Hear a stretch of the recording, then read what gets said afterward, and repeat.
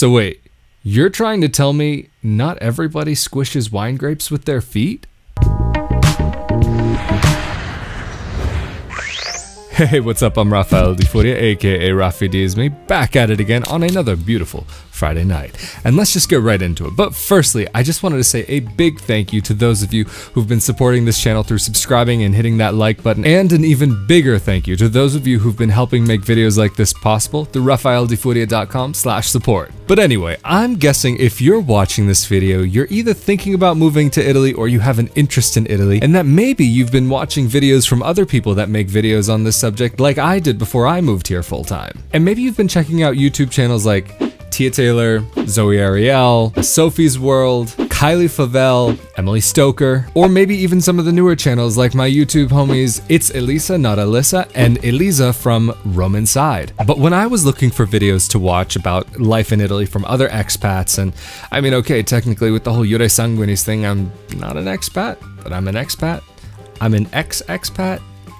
Repat? But anyway, I was looking for videos that were from people who maybe were coming from a more similar perspective to me. Not only just being an expat, but a guy. And there's not so many guys out there making content about Italy. I mean, okay, you've got Marco in a Box and Riccardo from Italish, but they're from Italy. So this is their land. This is where they're from. And I wanted to hear things from a guy maybe who wasn't from here. But even though I'm speaking about things from the male perspective, being American here in Italy with a little bit of an Italian twist, I think there's going to be some things that are going to be completely universal between men and women. Doesn't really matter where you're from. And there are even going to be things that it doesn't matter if you're in Italy or another place. These are just some things that you might experience while being abroad. Also, all of the channels that I've mentioned, I'm going to make a list of them down in the more info section below, just so if you're curious to see other channels that are making content on Italy. Those of you who are a bit more familiar with my videos will know exactly how I feel about Italy and the love that I have for this place. But you may be surprised to hear that even though I loved Italy, even before coming here,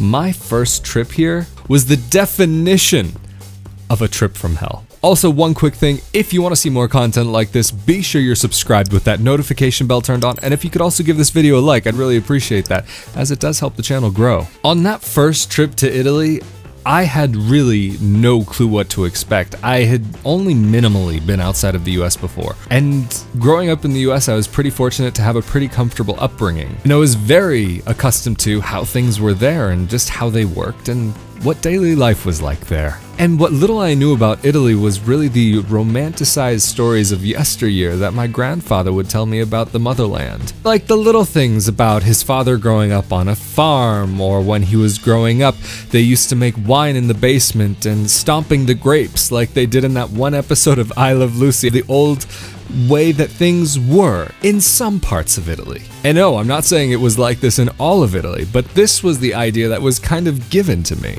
But my grandfather's Italy was not the Italy that I landed in. I was told about this picturesque country village living that I did not see when I landed in Milan, sitting in the middle of the city, a hustling, bustling, chic business city. I mean, I may as well have been in New York. I mean, Milan in some ways is like the New York of Italy, and I'm just standing there right in front of the train station like, what the hell is this? This is not what I signed up for.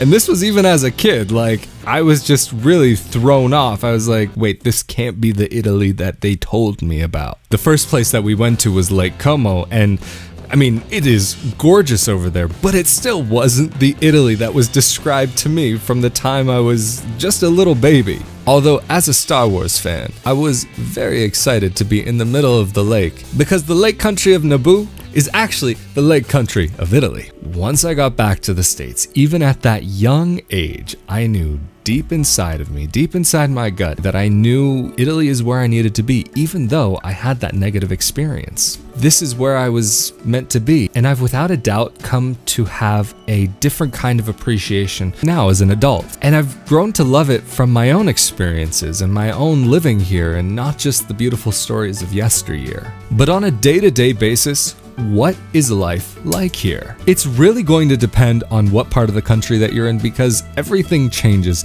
so drastically depending on where you are. But if you are of Italian descent, like I mentioned in my videos about Italian identity, and if you haven't seen those yet, link up above and link down below. One thing that you'll remember that I mentioned is that you may get people who will never recognize you.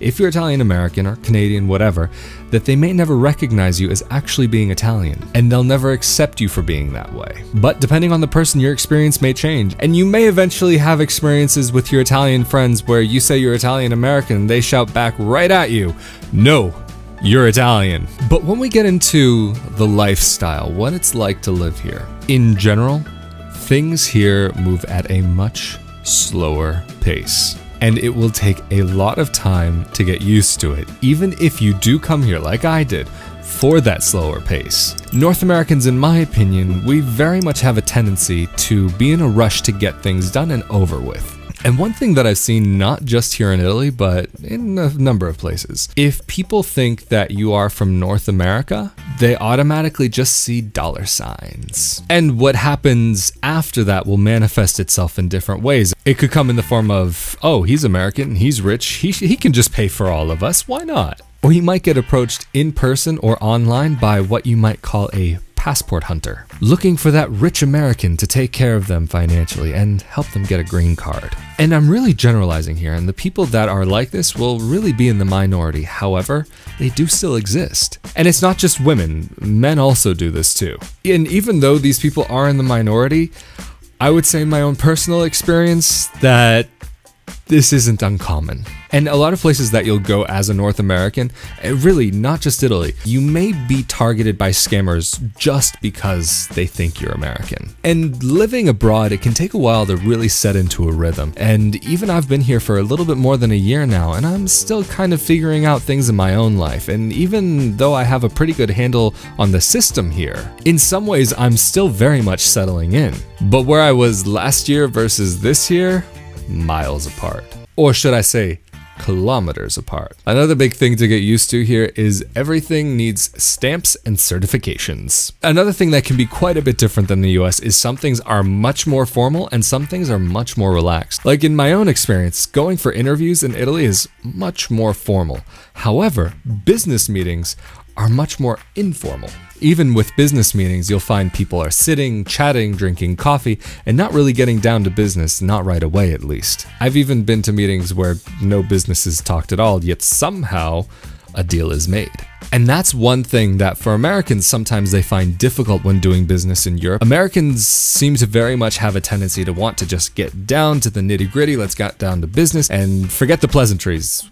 What do you got? What do we got? Let's make a deal. And of course, coming from that kind of American mindset, of course you don't want to waste time. I mean, social is social and business is business. However, in Europe and in Italy especially, that can really be seen as very rude. And I've even spoken with people here that feel that it can actually be a little bit difficult to do business with Americans at times because of that sense of let's just get right down to it and not exchanging any real pleasantries or anything. Not being interested in sitting down for a coffee, having a cigarette, that kind of thing. Much more social than we would be in America. But again, it's just getting back to that kind of slower pace of life that really is everywhere you go here. And even what might be considered rude is all relative. It will take you a while to get a handle on what the social norms are here, but don't forget, people are still people. And no matter where you go, it's always really important just to be respectful of the local people and the local culture. And especially for Americans,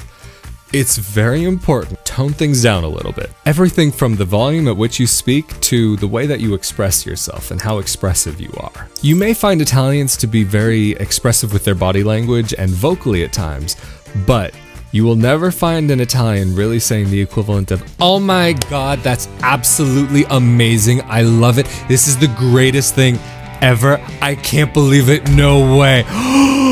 Oh, it's not so common here. I mean, if you do that in a lot of the world, not just in Italy, people will think that you might be disingenuous and not totally real with them. Maybe even you could go as far as saying fake. North Americans very much have a tendency to be overexcited about things. Also, by the way, Canadians, you will be mistaken for being American, so it's just a fact of life. When you're outside of North America, you're basically one of us. Or even to the Americans out there, they might think you're actually Canadian. You never know. Most people can't really tell the difference between Americans and Canadians, and when you're outside of North America, even fewer people will be able to tell the subtle differences between the accents. And face it, if you're from North America or South America, on some level, you're American. Welcome to the family. But regardless, the longer that you're away from your home country, away from your family, away from your friends and everything that you know, and especially the younger that you are when you leave, you'll notice when you go back that things might not be the same, people might not be the same. At least that will be your perception of it. However, your time abroad will maybe even make you grow in a particular way that would be different from the way that people back home would have. And I'm not saying one is better than the other. It's just you're naturally growing apart in different directions. But not everybody will experience this, and people will experience it in varying degrees. And it really depends on how much you try to really put yourself out there and integrate and experience the place and not just live in an expat bubble, which a lot of people end up doing.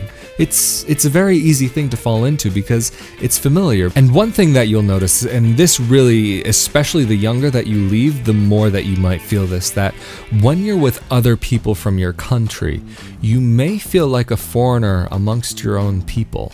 I mean, I've been in situations with good friends of mine and other people who I know, don't know, whatever. I just end up kind of having this feeling of being a foreigner. Not necessarily that, I mean, don't get me wrong, still like a part of the conversation, a part of the social situation, really having a great time. But there's that little bit of separation. Again, it's not somebody's better than the other. It's just that there is that little bit of difference that ends up just naturally being created when you're living abroad. Even for me, I really get the feeling that I don't fit into American culture the same way that I used to. And even though it really does sound strange, and I am repeating myself here, you may end up feeling like a foreigner amongst your own people eventually. And it may be sooner, and it may be later, and it may never happen. It all just depends on your own experience. I've said it many times before, and I'm sure I will say it many more times in the future. Things back in the country where you're from may be very different than what you'll find here, or anywhere that you move to. Anyway, if you want to see more content like this, be sure you're subscribed with that notification bell turned on, and if you could also give this video a like, I'd really appreciate that because it does help the channel grow. And also, big thank you to those of you who've continued to show support for helping make things happen here through rafaeldefuria.com/support. As always, this is an open conversation, and if you have anything to add, or if you have any questions or any requests for future videos, be sure to leave that down in the comment section below here on YouTube, or feel free to get in contact over social media and follow me over there. And as always, I'm Rafael De Furia, aka Rafi D is me. Thank you so much for joining me on another beautiful Friday night, and I'll see y'all next Friday. Later.